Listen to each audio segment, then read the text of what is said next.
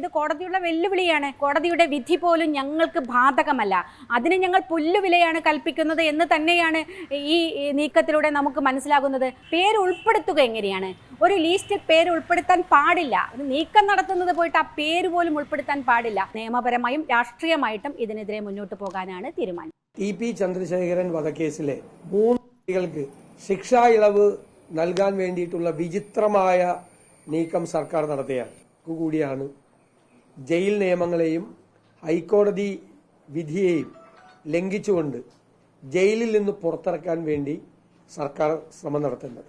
51 വെട്ടുവെട്ടി ചന്ദ്രശേഖരനെ കൊന്ന ക്രൂരന്മാരായ കൊലയാളികളെ പാർട്ടിയുടെ നിർദ്ദേശപ്രകാരം ചെയ്ത ഈ കൊലപാതകത്തിൽ നിന്ന് അവരെ ഇപ്പോഴും അവരുടെ കുടുംബം സംരക്ഷിക്കുന്നത് CPM ആണ്. ഏതെങ്കിലും ഒരു ഉദ്യോഗസ്ഥൻ വിചാരിച്ചാലോ ഏതെങ്കിലും റിപ്പോർട്ട് തേടിയാലോ ഒരു പ്രതിയെയും ശിക്ഷ ഇളവ് ചെയ്ത് വിട്ടയക്കാൻ നമ്മുടെ നാട്ടിൽ നടക്കില്ല. CRPC 432 പ്രകാരം പ്രതികളുടെ ശിക്ഷയിൽ ഇളവ് വരുത്തുന്നതിന് നിയമം അധികാരം നൽകുന്നുണ്ട്. അതിൻ്റെ അടിസ്ഥാനത്തിൽ തന്നെ ജയിൽ ചട്ടങ്ങളുണ്ട്, ജയിൽ നിയമമുണ്ട്, ജയിൽ ചട്ടങ്ങളുണ്ട്. എന്നുവെച്ചാൽ ഇതിൻ്റെ നിയമവശം പരിശോധിക്കുമ്പോൾ ജയിൽ സമിതി പരിശോധിക്കുമ്പോൾ അവരുടെ മാനദണ്ഡം അനുസരിച്ച് പരിശോധിക്കും. നിങ്ങൾ പറഞ്ഞ പോലെ നിയമപരമായിട്ടുള്ള മാനദണ്ഡങ്ങളോ കോടതി നിർദ്ദേശങ്ങളോ അനുസരിച്ചുള്ള ഏത് കാര്യത്തിലും ഒരു തരത്തിൽ വിട്ടുപിടിച്ചും സർക്കാർ ചെയ്യില്ല. നമസ്കാരം. TP കേസ് പ്രതികൾക്ക് നിർലോഭം ലഭിക്കുന്ന പരോൾ പല ഘട്ടങ്ങളിൽ ചർച്ചയായിട്ടുണ്ട്. ഇനി ഇവരെ എന്നേക്കുമായി സ്വതന്ത്രരാക്കാനുള്ള നീക്കത്തിലായിരുന്നു സർക്കാർ. മുഹമ്മദ് ഷാഫി, അണ്ണൻ സിജിത്ത്, TK രജീഷ് എന്നിവരടക്കം 56 പ്രതികൾക്ക് ഇളവ് നൽകാനായിരുന്നു നീക്കം. TP കേസ് പ്രതികൾക്ക് ഒരു കാരണവശാലും ഇളവ് നൽകരുത് എന്ന ഹൈക്കോടതി വിധി നിൽക്കെ സർക്കാർ അത് മറികടന്നുള്ള തീരുമാനത്തിലേക്ക് കടന്നതെങ്ങനെയാണ്? Kannur jail superintendent city police കമ്മീഷണറോട് റിപ്പോർട്ട് തേടിയത് മുഖ്യമന്ത്രിയുടെ മൗനാനുവാദത്തിലോ? മുഖ്യമന്ത്രി അറിഞ്ഞു.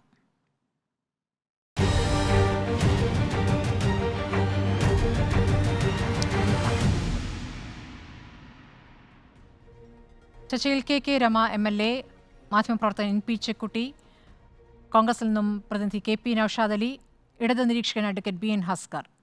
ആദ്യം KK രമ, ഇപ്പോൾ ഏറ്റവും ഒടുവിൽ നമുക്ക് ലഭിക്കുന്ന വിവരം ആ തീരുമാനത്തിൽ നിന്നും സർക്കാർ പിന്നാക്കം പോയിരിക്കുന്നു എന്നാണ്. അതിനോടുള്ള ആദ്യ പ്രതികരണം.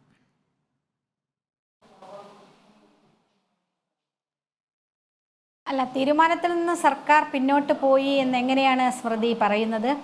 ഇത് എവിടുന്ന് കിട്ടിയ റിപ്പോർട്ടാണ്? എൻ്റെ അടുത്ത് ഇപ്പോൾ നമ്മുടെ ഈ ചർച്ച തുടങ്ങുന്നതിന് ഒരു അരമണിക്കൂർ മുന്നേ പാനൂർ പോലീസ് സ്റ്റേഷനിലെ ഒരു ഉദ്യോഗസ്ഥൻ വന്ന് ഇതുമായി ഈ പ്രതികളെ വിറ്റയക്കുന്നതിന് മുന്നേ ഇരയാക്കപ്പെട്ട ആളുകളുടെ മൊഴിയും അതിൻ്റെ അയൽവാസികളുടെയും ബന്ധുക്കളുടെയും ഒക്കെ മൊഴികളും അതിൻ്റെ റിപ്പോർട്ടുകളൊക്കെ വേണം. ആ റിപ്പോർട്ട് സഹിതമാണ് ഇവർ ഉദ്യോഗസ്ഥർ ജയിൽ മേധാവിക്ക് കൊടുക്കേണ്ടത്. അതിനടിസ്ഥാനത്തിലാണ് സർക്കാരിലേക്ക് റിപ്പോർട്ട് പോവുക. അപ്പോൾ ഈ റിപ്പോർട്ട് ഒരു അരമണിക്കൂർ മുന്നേ വന്നിട്ട് എന്താണ് ഇതിൽ പറയാനുള്ളത് എന്ന് ചോദിച്ച് എഴുതിയെടുത്ത് രേഖപ്പെടുത്തി പോയതാണ്. പിന്നെ എവിടെയാണ് സർക്കാർ പിന്നോക്കം പോയി എന്ന് പറയുന്നത്? സർക്കാർ പിന്നോക്കം പോയിട്ടില്ല. സർക്കാർ ഇനി പിന്നോക്കം പോയി എന്ന് വെക്കുക. പിന്നോക്കം പോകാൻ ഇങ്ങനെ ഒരു നീക്കം നടക്കുക എന്തിൻ്റെ ഭാഗമായിട്ടാണ്? അങ്ങനെ ഒരു നീക്കം നടത്താൻ പാടുണ്ടോ? ഒരു നീക്കത്തിലേക്ക് ഇത്തരം ഒരു വിട്ടയക്കപ്പെടുന്ന പ്രതികളുടെ ലിസ്റ്റിൽ TP കേസിലെ പ്രതികളെ ഉൾപ്പെടുത്തുന്നത് ഏത് അടിസ്ഥാനത്തിലാണ്? TP ചന്ദ്രശേഖരൻ കേസ് ഹൈക്കോടതിയിൽ അപ്പീൽ വിധി പറഞ്ഞത് ഏകദേശം 3 മാസമായിട്ടുള്ള ഫെബ്രുവരി 27-ാം തീയതിയാണ് ശിക്ഷ വിധിച്ചത്. 19-ാം തീയതിയാണ് ഈ വിധി പറഞ്ഞത്. അതിനുശേഷം ഉള്ള ദിവസങ്ങളിൽ അതിൽ ഹൈക്കോടതി ബഹുമാനപ്പെട്ട ഹൈക്കോടതി വളരെ വ്യക്തമായിട്ട് പറഞ്ഞിട്ടുണ്ട്, ഈ പ്രതികൾക്ക് യാതൊരു വിധത്തിലും റെമിഷൻസ് കൊടുക്കാൻ പാടില്ല.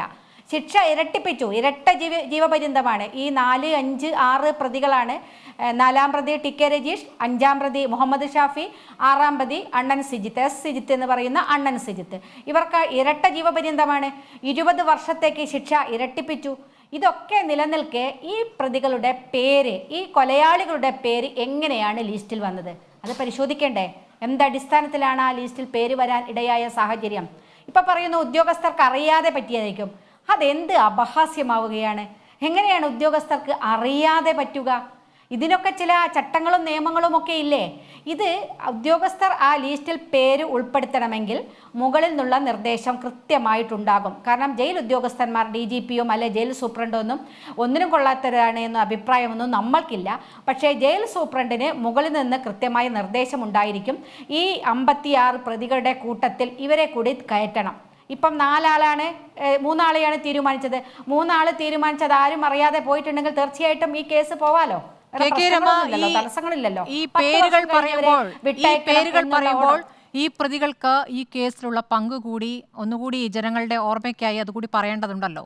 അവരുടെ പങ്ക് എന്താണ് എന്നുള്ളതും കെ രമയിൽ നിന്ന് തന്നെ വരട്ടെ. അവരുടെ പങ്ക്, അവർക്ക് നിരന്തരം ലഭിച്ച പരോൾ, അതിന്റെ വിശദാംശങ്ങളും കൂടി ജനം അറിയട്ടെ.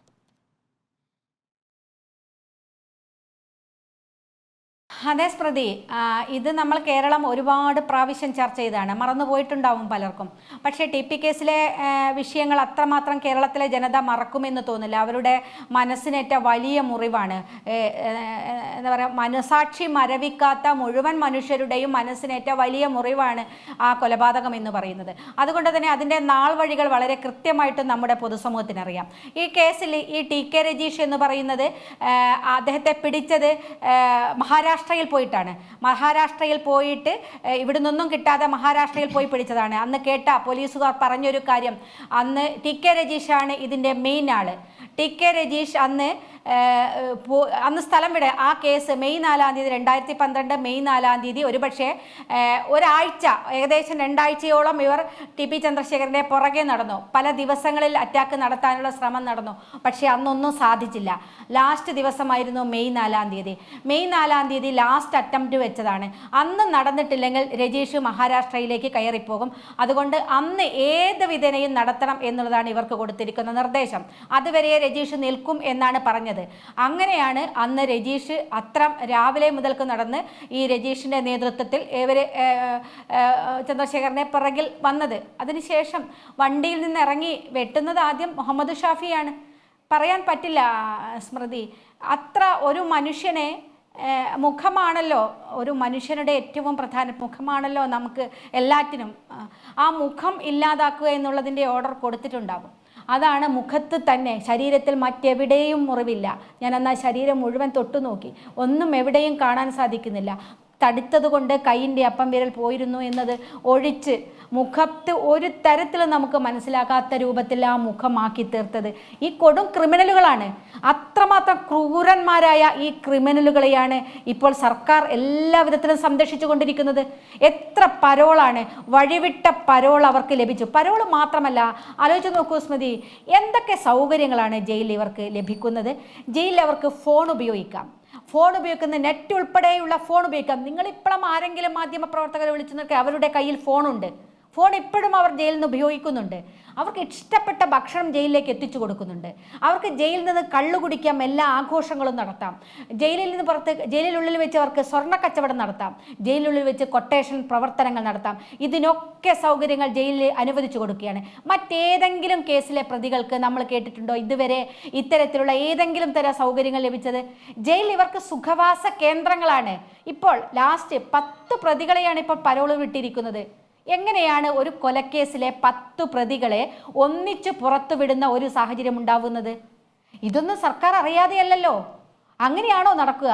ഇതൊക്കെ ഇപ്പോൾ പറഞ്ഞു ജയിൽ അധികാരികൾ. നേരത്തെ ബഹുമാനപ്പെട്ട മന്ത്രിയുടെ പ്രസ്താവന ഞാൻ കേട്ടു. അത് ഉദ്യോഗസ്ഥന്മാർക്ക് ഏതെങ്കിലും തരത്തിൽ പിഴവുകൾ സംഭവിച്ചതായിരിക്കും, അല്ലെങ്കിൽ ഇതൊന്നും അങ്ങനെയൊന്നും ചെയ്യാൻ സാധിക്കുന്നതല്ല. അതിൽ മന്ത്രി പറയണ്ട, അത് നമുക്കറിയാം. സാമാന്യ ബുദ്ധിയുള്ള എല്ലാവർക്കും അറിയാം. ഹൈക്കോടതി ശിക്ഷിച്ച ഒരു പ്രതികൾക്ക് അതിന് ഇളവ് കൊടുക്കണമെങ്കിൽ സുപ്രീം കോടതി വിചാരിക്കണം, അല്ലാണ്ട് ഇവിടുത്തെ ഉദ്യോഗസ്ഥന്മാർ വിചാരിച്ചാൽ നടക്കില്ല എന്നുള്ളത്. പക്ഷേ എങ്ങനെയാണ് പേര് വന്നത് അത് വ്യക്തമാക്കണം. എങ്ങനെ ഈ ലിസ്റ്റിൽ TP കേസിലെ പ്രതികളെ ഉൾപ്പെടുത്തി? അതാരാണ് നിന്നത്? അത് ഈ കേരളത്തിലെ പൊതുസമൂഹത്തിന് അറിയണം. തീർച്ചയായിട്ടും അതുമായി ബന്ധപ്പെട്ടാൽ നിയമ പോരാട്ടത്തിലേക്ക് പോകാൻ തന്നെയാണ് അതുകൊണ്ട് തന്നെ തീരുമാനിച്ചിരുന്നത്. ഇത് ചെറിയ കാര്യമല്ല, നിസ്സാരമല്ലെന്നേ. ഈ വിഷയമൊന്നും നിസ്സാരമല്ല, അത്രമാത്രം പ്രശ്നങ്ങളാണ്. കാരണം എന്താണ് ഇവരോടുള്ള ഇത്ര അടുപ്പം? CPM നേതൃത്വത്തിന്, ഭരണ നേതൃത്വത്തിന് ഇവരോടുള്ള അടുപ്പം എന്താണ്? അത് പറയട്ടെ. കാരണം ഇവർ സമ്മർദ്ദത്തിലാക്കുകയാണ്. അതാണ് സംഭവിക്കുന്നത്. ഇവർ സമ്മർദ്ദത്തിലാക്കാണ്. കാരണം TK രജീഷ്, ഞാൻ മനസ്സിലാക്കിയതിടത്തോളം കേൾക്കുന്നത്, നേരത്തെ TK രജീഷ് പറഞ്ഞു എന്ന്, ഞങ്ങളെ ഇതുപോലെ ഇനിയും ജയിലിടാനാണ് ഭാവമെങ്കിൽ ഞങ്ങൾ ഇത് ചെയ്ത ആളുകളെ ജയിലിലാക്കേണ്ട പണി ഞങ്ങൾക്കറിയാം എന്ന് അനൗദ്യോഗികം പറഞ്ഞ വിവരങ്ങൾ ഞങ്ങളുടെ അടുത്തുണ്ട്. അതുകൊണ്ട് തന്നെ അതിന് ഭയമുണ്ട് CPMന്റെ നേതൃത്വത്തിന്, ഭരണ നേതൃത്വത്തിന്. അത്തരം ഇവർ പറയുന്ന പേരുകൾ തങ്ങളിലേക്ക് എത്തുമെന്ന് ഭയമുള്ളത് കൊണ്ട് തന്നെയാണ് ഇവരെ പേര് കാരണം ഇവർക്കറിയാം ഇപ്പൊ പരാൾ കൊടുക്കാൻ അല്ലെങ്കിൽ റെമിഷൻ കൊടുക്കാൻ, വിട്ടയക്കാൻ സാധിക്കില്ല എന്നുള്ളത്. പക്ഷെ ഇവരെ പേര് ഉൾപ്പെടുത്തി ഞങ്ങൾ ഈ നീക്കം നടത്തിയിട്ടുണ്ട്, പറയാമല്ലോ, ഞങ്ങൾ ഈ നീക്കമൊക്കെ നടത്തിയിട്ടുണ്ട്. അതിനാണെന്ന് ഇതൊക്കെ ചെയ്യുന്നിരിക്കുന്നത്. അപ്പൊ ഇത് ശരി, ശ്രീ ബി എൻ ഹസ്കർ, ഇന്നിപ്പോൾ പി രാജീവ് മന്ത്രി പറഞ്ഞ പ്രതികരണം താങ്കൾ കണ്ടു. CPM സംസ്ഥാന കമ്മിറ്റി അംഗം കെ അനിൽകുമാറിന്റെ പ്രതികരണവുമുണ്ട്. കോടതി ഉത്തരവിനെ മറികടന്നിട്ടില്ല, ജയിലിലുള്ള പ്രതികൾക്ക് ശിക്ഷാ ഇളവ് നൽകുന്നത് സംബന്ധിച്ച് കണക്കെടുപ്പ് നടത്തി അർഹതയുള്ളവരുടെ പട്ടിക സമർപ്പിക്കാറുണ്ട്. അർഹതയുള്ളവരുടെ പട്ടിക. അപ്പോൾ ശിക്ഷാ നിയമത്തിലെ വകുപ്പുകൾ നോക്കിയല്ലാതെ ആ റിപ്പോർട്ടിൽ കേസിന്റെ പ്രത്യേകതകൾ നോക്കാറില്ല. ഇതാണ് വാദം. അപ്പോൾ രണ്ടുപേരും രണ്ട് വാദം പറയുന്നു. മാത്രമല്ല, അർഹതയുള്ളവരുടെ കണക്കെടുത്തിട്ടാണ്, അർഹത പൂർണ്ണമായുമുണ്ട് TP കേസ് പ്രതികൾക്ക്. സ്മൃതി, ഇതിൽ Kerala prison services management act പ്രകാരമാണ് റെമിഷൻസ് വരുന്നത്. സെക്ഷൻ 72-ലാണ് റെമിഷൻസിനെ സംബന്ധിച്ച് പറയുന്നത്. അതിൽ വളരെ കൃത്യമായിട്ട് IPC സെക്ഷൻ 55-ൽ 55-ലും 55A-ലും കൃത്യമായിട്ട് ഇക്കാര്യത്തെ സംബന്ധിച്ച് പ്രതിപാദിച്ചിട്ടുണ്ട്. 14 വർഷം കഴിയാതെ റെമിഷന്റെ കാലാവധി പരിശോധിക്കുന്നതിന് സംസ്ഥാന സർക്കാരിന് അധികാരമില്ല. അപ്പോൾ സ്വാഭാവികമായി സംസ്ഥാന സർക്കാർ റെമിഷൻ കൊടുക്കാൻ നടക്കുന്ന ഒരു നീക്കമായി ഇതിനെ കാണാനും കഴിയില്ല. കാരണം 2014-ൽ മാത്രം ശിക്ഷിക്കപ്പെട്ട് കഴിയുന്ന 10 കൊല്ലമാവുന്ന ശിക്ഷാ കാലാവധി കഴിയുന്ന പ്രതികളാണിവർ. അവർക്ക് നേരത്തെ 2 കൊല്ലം കൂടി തടവ് അനുഭവിച്ചിട്ടുണ്ട്. അറസ്റ്റ് ചെയ്ത കാലം മുതൽ കൂട്ടിയാൽ കൂടി 12 കൊല്ലമേ ആകുന്നുള്ളൂ. അപ്പോൾ സ്വാഭാവികമായും ഒരു റെമിഷന്റെ നീക്കം, അവരെ കുറ്റവിമുക്തരാക്കുന്ന നീക്കം എന്തു തന്നെയായാലും നിയമപരമായി നിലനിൽക്കില്ല. മാത്രമല്ല, രണ്ടാമതായി ബഹുമാനപ്പെട്ട കേരള ഹൈക്കോടതിയിൽ നടന്നിട്ടുള്ള അപ്പീലിന്മേൽ 20 കൊല്ലത്തേക്ക് ഇവർക്ക് ഒരു തരത്തിലുള്ള റെമിഷന് നൽകരുതെന്ന് നിഷ്കർഷിച്ചിട്ടുണ്ട്. ശരി, അങ്ങനെയൊക്കെ ചെയ്ത ശേഷവും എങ്ങനെയാണ് ഇവരുടെ പേര് പട്ടികയിൽ വന്നത് എന്നാണല്ലോ ചോദ്യം. നിയമം എന്താണ് എന്ന് നമുക്ക് അറിയാഞ്ഞിട്ടല്ല, നിയമം അങ്ങനെ ഇരിക്കെ ഹൈക്കോടതിയിൽ നിന്ന് അതിശക്തമായ പരാമർശങ്ങൾ വന്നിരിക്കെ എങ്ങനെയാണ് ഇവരുടെ പേര് പട്ടികയിൽ വന്നത്? അതാണ് അർഹരായവരിൽ അർഹരായപ്പെട്ടവരായി സർക്കാർ ഇവരെ കാണുകയാണ്. അങ്ങനെയല്ല, ഒരു ജയിലിൽ ആ പ്രതി നടത്തിയിട്ടുള്ള മാനസാന്തരം എന്ന് പറയുന്ന വലിയ ഒരു അർത്ഥത്തിൽ ക്രിമിനൽ ജൂറിസ്പ്രുഡൻസിൽ പറയുന്ന ഒരു ഘടകമാണ്. ഒരു ശിക്ഷിക്കപ്പെട്ട പ്രതി, അയാൾക്ക് മാനസാന്തരമുണ്ടെങ്കിൽ അതിൻ്റെ സൈക്കോളജിക്കൽ സൈക്യാട്രിക്കൽ റിപ്പോർട്ടുകളുടെ ഞാൻ മനസ്സിലാക്കുന്നത് കേരള ഹൈക്കോടതിയിലും കൃത്യമായി സൈക്കോളജിക്കൽ ആൻഡ് സൈക്യാട്രിക്കൽ റിപ്പോർട്ട് മേടിച്ചു പരിശോധിച്ചതിന് ശേഷമാണ് പ്രതികൾ ജയിലിൽ അനുഭവിക്കുന്ന അവർക്ക് അവിടെ കിട്ടുന്ന പ്രത്യേക പരിഗണനയെ കുറിച്ചുള്ള എത്ര വാർത്തകൾ നമ്മൾ വായിച്ചു. അവർക്കവിടെ പ്രത്യേക ഭക്ഷണം, അവർക്കവിടെ മദ്യം, അവിടെ വെച്ച് കൊട്ടേഷൻ, അവിടെ വെച്ച് സ്വർണ്ണ കച്ചവടം, എന്തൊക്കെ നടത്തുന്നു, സ്വർണ്ണ കള്ളക്കടത്ത് എന്തൊക്കെ നടത്തുന്നു, അതിനുള്ള എല്ലാ സൗകര്യങ്ങളും ഒരുക്കി കൊടുത്തിരിക്കുന്നു. അവർക്ക് ലഭിച്ചിരിക്കുന്ന നിയമം വിട്ടുള്ള പരോളടക്കം പുറത്തു വന്നതല്ലേ? അല്ല, നിശ്ചയമായും പരോളില് ഏതൊരു കുറ്റവാളിയെ സംബന്ധിച്ചിടത്തോളം അവർ അർഹിക്കുന്നതും അവർ ആഗ്രഹിക്കുന്നതുമാണ്. അത് നിശ്ചയമായി നീതി നിഷേധത്തിന്റെ ഭാഗമല്ല. പക്ഷേ ഇവിടെ നമുക്കറിയാം, ബഹുമാനപ്പെട്ട ഹൈക്കോടതി ഈ കേസിൽ പറഞ്ഞിട്ടുള്ളത് ജനാധിപത്യത്തിന് നേരെ നടന്നിട്ടുള്ള അതിക്രൂരമായിട്ടുള്ള അതിക്രമമാണ് TPയുടെ വാദം എന്നുള്ളത് തന്നെയാണ്. എൻ്റെ നിലപാടും TP കൊല്ലപ്പെടേണ്ട ആളായിരുന്നില്ല. TPക്ക് നേരെ നടത്തിയിട്ടുള്ളത് അതിനിഷ്ഠൂരമായ കൊലപാതകമാണ്. പക്ഷേ ഇടതുപക്ഷ മനസ്സുള്ളൊരു ഗവൺമെൻറ് ഒരു കാരണവശാലും അതിലെ പ്രതികൾക്ക് ഒരു തരത്തിലുമുള്ള അന്യായമായിട്ടുള്ള ഒരു സഹായവും ചെയ്യാൻ പാടില്ല എന്നുള്ളത് തന്നെയാണ്. അത്തരമൊരു തീരുമാനം തന്നെയാണല്ലോ P. രാജീവ് വളരെ കൃത്യമായി ഇക്കാര്യത്തിൽ വിവരം പുറത്തു വന്ന ശേഷമുള്ള പ്രതികരണമാണ്. പേര് വന്നെന്ന വാർത്ത വന്നതിന് ശേഷമുള്ള പ്രതികരണമാണ്. പട്ടികയിൽ പേര് വരിക ജയിൽ ഉദ്യോഗസ്ഥരുടെ ഉത്തരവാദിത്തമാണ്. ജയിൽ സൂപ്രണ്ടിന് മുമ്പിൽ ലഭിക്കുന്ന 10 കൊല്ലത്തിന് മുകളിലുള്ള തടവുകാരുടെ കണക്കെടുപ്പ് സമയത്ത് കൃത്യമായും ഏതൊക്കെ കുറ്റകൃത്യത്തിനാണ് ആ ശിക്ഷ ലഭിച്ചിട്ടുള്ളത് എന്നതിൻ്റെ അടിസ്ഥാനത്തിൽ ആ ഒഫൻസ് മാത്രമേ അവിടെ നോക്കാറുള്ളൂ. ആ ഒഫൻസിൻ്റെ കാഠിന്യമോ അത് സമൂഹത്തിൽ അലയടിച്ചിട്ടുള്ള ആഘാതമോ ഒരു തരത്തിലും പരിശോധിക്കാറില്ല. TPയുടെ വാദം എന്ന് പറയുന്നത് സമൂഹത്തെ വല്ലാതെ പിടിച്ചുലയ്ക്കുകയും അദ്ദേഹത്തെ അറിയുന്നവരും അറിയാത്തവരുമായിട്ടുള്ള കേരളത്തിലെ മുഴുവൻ മനസാക്ഷിയെയും നോവിച്ചിട്ടുള്ളതുമാണ്. ഒരു സംശയമില്ല കാര്യത്തിൽ. അതുകൊണ്ട് തന്നെ അദ്ദേഹത്തിന് നേരെ നടത്തിയിട്ടുള്ളത് ജനാധിപത്യത്തിന് നേരെയുള്ള അതിക്രമമായി തന്നെ ബഹുമാനപ്പെട്ട ഹൈക്കോടതി നിരീക്ഷിച്ചത് ശരിവെക്കുന്ന തരത്തിലാണ് എനിക്കും ചേർന്നു നിൽക്കാൻ ആഗ്രഹിക്കുക. പക്ഷേ ഇവിടെ തെറ്റിദ്ധാരണാജനകമായി ഇവർക്ക് ഏതെങ്കിലും തരത്തിലുള്ള ആനുകൂല്യം അല്ലെങ്കിൽ റെമിഷൻ ചെയ്യാൻ പോകുന്നു. നിയമപരമായി പറ്റാത്തൊരു കാര്യം സംസ്ഥാന സർക്കാരിന് ചെയ്യാനാവില്ല. സംസ്ഥാന ഗവൺമെന്റിന് ബഹുമാനപ്പെട്ട കേരള ഹൈക്കോടതിയുടെ വിധിയെ മറികടന്നുകൊണ്ട് അത്തരത്തിൽ ഒളിച്ച് കടത്തിവിടാൻ കഴിയുന്ന പ്രതികളല്ല അവരാരും. അപ്പോൾ അതുകൊണ്ട് സുപ്രീം കോടതിയുടെ വിധിയുടെ കൂടി അടിസ്ഥാനത്തിൽ മാത്രമേ ഇതിലൊരു തീരുമാനം എടുക്കാൻ സംസ്ഥാന സർക്കാരിന് അധികാരമുള്ളൂ. അത് ചെയ്യാത്തതിന് പകരം ഏതെങ്കിലും ഉദ്യോഗസ്ഥൻ അത് 10 കൊല്ലത്തിന് മുകളിൽ ശിക്ഷ അനുഭവിച്ചു കഴിഞ്ഞ പ്രതികളെ സംബന്ധിച്ച് ആ വിവരം ലിസ്റ്റിൽ ഉൾപ്പെടുത്തിയിട്ടുണ്ടെങ്കിൽ അത് പരിശോധിക്കാനുള്ള ബാധ്യത സംസ്ഥാന സർക്കാരിനുണ്ട്. റെമിഷൻ ചെയ്യാനുള്ളത് നിയമത്തിൽ പറഞ്ഞിരിക്കുന്ന അപ്രോപ്രിയേറ്റ് ഗവൺമെന്റ് എന്ന് പറയുന്ന സംസ്ഥാന സർക്കാരിന്റെ വിവേചനാധികാരത്തിൽപ്പെടുന്നതാണ്. ആ വിവേചനാധികാരം TPA കൊലപ്പെടുത്തിയിട്ടുള്ള പ്രതികൾക്ക് ഒരു തരത്തിലും നൽകാൻ പാടില്ല. അതാണ് ഇടതുപക്ഷ മനസ്സുകൾ ആഗ്രഹിക്കുന്നത്. അത്തരത്തിൽ തന്നെയായിരിക്കും സംസ്ഥാന ഗവൺമെന്റ് ഒരു തീരുമാനം എടുക്കുക. നിയമപരമായിട്ടല്ല, അതൊരു രാഷ്ട്രീയവും ധാർമ്മികവുമായിട്ടുള്ള ഉത്തരവാദിത്വം കൂടിയാണ്. ശരി, ശ്രീ KP നൗഷാദ് അലി, ജയിലിലെ നല്ല സ്വഭാവത്തിന്, ജയിലിൽ നന്നായി പ്രവർത്തിച്ചതിനുള്ള അംഗീകാരമായിട്ടാണ് അവർക്ക് പുറത്തേക്കുള്ള പട്ടികയിൽ അവരുടെ പേര് വന്നത്. ഇതാണ് ശ്രീ BN ഹസ്കറിന്റെ വാദം. താങ്കൾ എങ്ങനെയാണ് ഇതിനെ കാണുന്നത്? സർക്കാരിന് ഇപ്പോൾ പിന്നാക്കം പോകേണ്ടി വന്നിരിക്കുന്നു എന്നുള്ളതാണ് ഏറ്റവും ഒടുവിൽ വന്നിരിക്കുന്ന വാർത്ത. സ്മൃതി, ഞാൻ BN ഹസ്കറിൻ്റെ ആ വാദമല്ല, എന്നെ വളരെയധികം ചിരിപ്പിച്ച ഒരു വാദം. അദ്ദേഹം പറയുന്നു TP ചന്ദ്രശേഖരനെ കൊന്ന പ്രതികളോട് ഒരിക്കലും ഇടതുപക്ഷ സർക്കാർ നീതിയോ ന്യായമോ വിട്ട് പ്രവർത്തിക്കുകയില്ല, അവരോട് കരുണ കാണിക്കുകയില്ല. അതാണല്ലോ P രാജീവിൻ്റെ പ്രസ്താവനയിലൂടെ ബോധ്യമായത് എന്ന് അദ്ദേഹം പറയുകയാണ്. അതേ സമയമാണ് ഈ TP ചന്ദ്രശേഖരൻ്റെ കൊലയാളികൾക്ക് നമ്മൾ പഴയ തെലുങ്ക് സിനിമകളിലും ഭോജ്പുരി ഹിന്ദി സിനിമകളിലൊക്കെ കണ്ടതിന് സമാനമായ അല്ലെങ്കിൽ അതിലുപരിയായിട്ടുള്ള സൗകര്യങ്ങളൊക്കെ ജയിലുകളിൽ അനുവദിച്ചു കൊടുത്തൊരു സർക്കാർ, 2000 ദിവസം എല്ലാ പ്രതികൾക്കുമായിട്ട് പരോള് കൊടുത്തൊരു സർക്കാർ, പരോളിൻ്റെ വിശദാംശങ്ങൾ ശ്രീമതി രമ MLA നിയമസഭയിൽ ചോദിച്ചിട്ട് നൽകാത്തൊരു സർക്കാർ, TP ചന്ദ്രശേഖരൻ്റെ രക്തസാക്ഷിത്വത്തെയും അദ്ദേഹത്തിൻ്റെ ഭാര്യയെയും കുടുംബത്തെയും ഒക്കെ മരണശേഷവും നിരന്തരം ആക്ഷേപിച്ച ഒരു സർക്കാർ. ആ സർക്കാരിനെ കുറിച്ചൊക്കെ ഹസ്കർ ഇങ്ങനെ പറയുമ്പോൾ ചിരിയല്ലാതെ എന്താ വരിക എന്ന് ചോദിക്കാൻ ഞാൻ ആഗ്രഹിക്കുകയാണ്. CPMൻ്റെ ഒരു അപജയം അതെത്രത്തോളം താഴെ തട്ടിൽ തൊട്ട് മുകൾ തട്ട് വരെ വ്യാപിച്ചു കിടക്കുന്നു എന്നോർത്ത് ഞാൻ ലജ്ജിക്കുകയാണ്. കാരണം കേരളത്തിലൊരു ജനാധിപത്യ പ്രക്രിയയിൽ ഏതൊരു പാർട്ടിക്കും സഹകരിച്ചു പോകേണ്ട ഒരു പ്രസ്ഥാനമാണ് CPM. ആ പാർട്ടി ഇത്തരത്തിൽ നിരന്തരം അബദ്ധങ്ങളും തെറ്റുകളും നടത്തി ഒരു ജീർണാവസ്ഥയിലേക്ക് പോകുന്നതിലുള്ള ഒരു ദുഃഖം ഞാനിവിടെ രേഖപ്പെടുത്തുകയാണ്. ഇത്തരത്തിലൊരു പൊതുസമൂഹമൊക്കെ വളരെ കൃത്യമായി നിരീക്ഷിക്കുന്ന, പൊതുസമൂഹത്തിൻ്റെ സമ്പൂർണമായ വിരോധത്തിനും എതിർപ്പിനും പാത്രീഭൂതമായ ഒരു വിഷയത്തിൽ ഇത്രക്ക് പ്രതിലോമകരമായ നിലപാട് സ്വീകരിക്കാൻ ഇവർ ധൈര്യം കാണിക്കുമ്പോൾ ഇവരൊക്കെ ഏത് വെള്ളരിക്ക പട്ടണത്തിൽ ഇരുന്നു കൊണ്ടാണ് രാഷ്ട്രീയ പ്രവർത്തനം നടത്തുന്നത് എന്ന് ഞാൻ ചിന്തിച്ചു പോവുകയാണ്. സ്മൃതി ചോദിച്ചല്ലോ സർക്കാർ പിന്നോക്കം പോയോ എന്ന്.